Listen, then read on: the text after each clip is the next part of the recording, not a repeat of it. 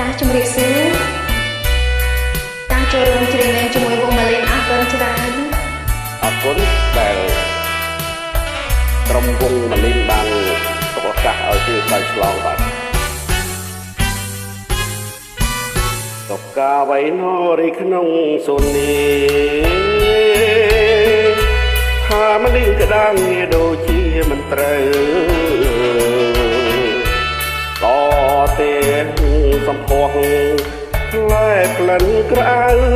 រីករាំងក្បែរផ្លូវរំសាយកេសា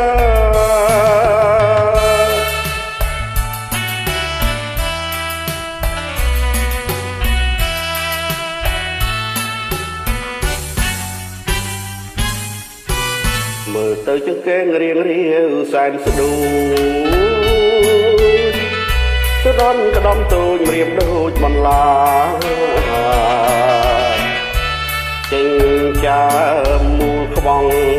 សំត្រង់នេត្រាតែស្ដាយកេសាមិនចេញឆ្លើយឆ្លងខ្ញុំជាស្រីពេញវ័យដូចកោ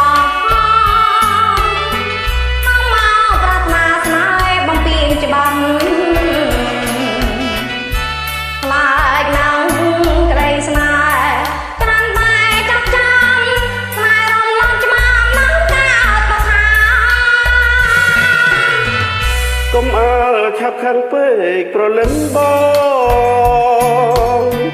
សូមឆ្កងតិចតួចក៏សូមមេត្តា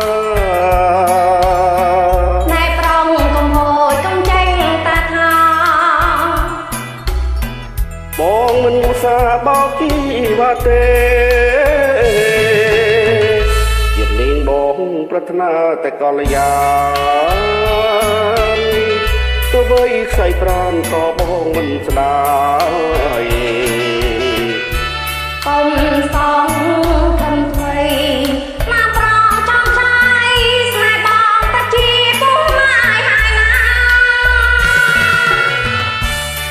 អរគុណចាអរគុណរកការចូលរួមបាទតែអីកុំប្រកាន់ណាយើងសប្បាយទាំងអស់គ្នាបាទអរគុណខាងហ្នឹងអត់ខុសទេខាងខ្ញុំបានខុសព្រោះខាងហ្នឹងអាជីពហើយបាទសូមអរគុណ